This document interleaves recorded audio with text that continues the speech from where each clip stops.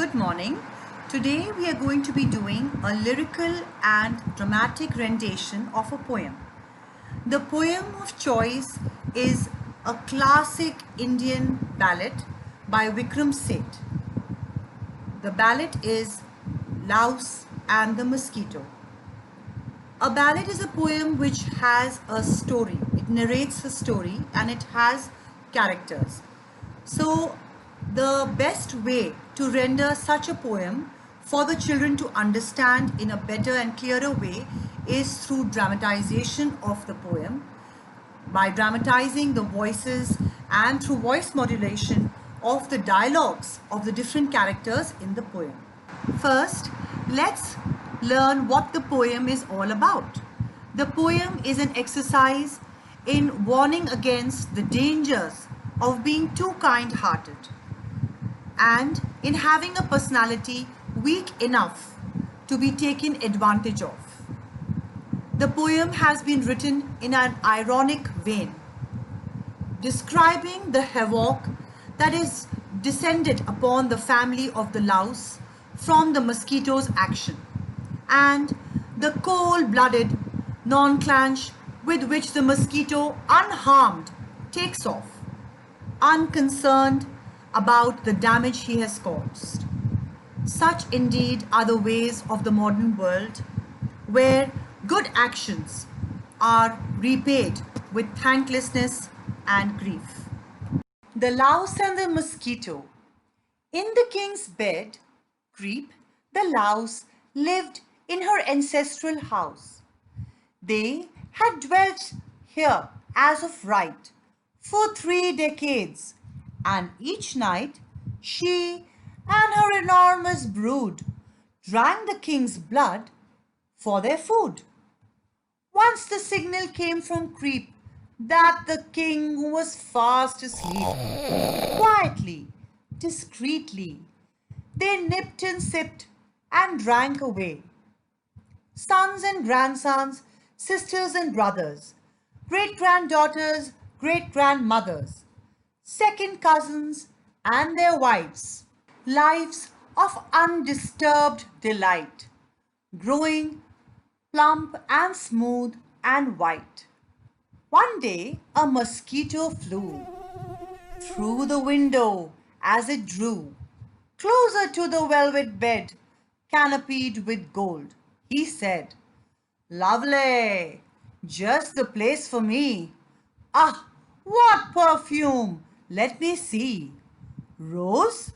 No, jasmine. And the quilt smooth as banks of Ganges silt. Let me test the bed springs now." And in parabolic leap landed not too far from Creep. "Sir Mosquito, flap your wings, leave at once. This bed's the king's." "Who may you be, Lady Louse? I'm the guardian of this house."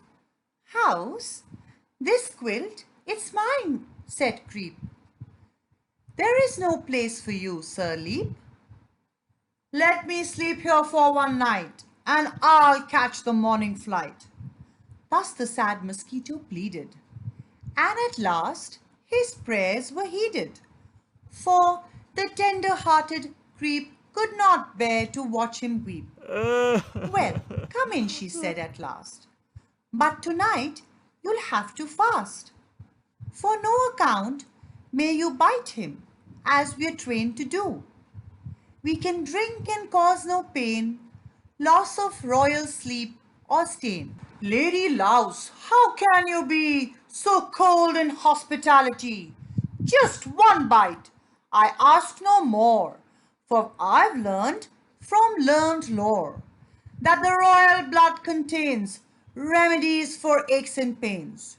Ginger, honey, sugar, spice, cardamom, and all things nice. Save me, I'm in broken health. Let me bite him once by sleeth. He won't even shift or sigh.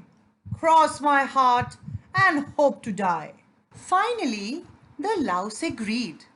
"Right," she said, "but pay close heed. Wait till wine, fatigue, or deep, dream-enriched, unbroken sleep has enveloped him. Then go lightly nip his little toe. Yes, yes, yes, that's old hat, said Sir Leap. I know all that.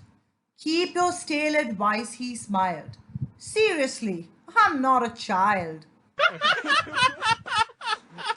It was only afternoon, fairly early, fairly soon, when the king came for a snore, doffed his crown and shirt and shoes, lay down on his bed and sighed. The mosquito almost died from excitement, shock, and sweat. No, the louse cried, no, not yet. But too late. The self-willed bumbler, oh, if only he'd be humbler, rushed to the rash attack, leaped upon the royal back, and with fierce and fiery sting, deeply dirked the dozing king. Help! A scorpion! A snake! Screamed the king, at once awake. I've been bitten! Search the bed! Find and strike the creature dead! When they made a close inspection, the mosquito foiled detection, hidden in the canopy. But the Louse clan could not flee. All were killed without ado. Meanwhile, the mosquito flew, looking out for further prey, humming mildly on his way. Thank you.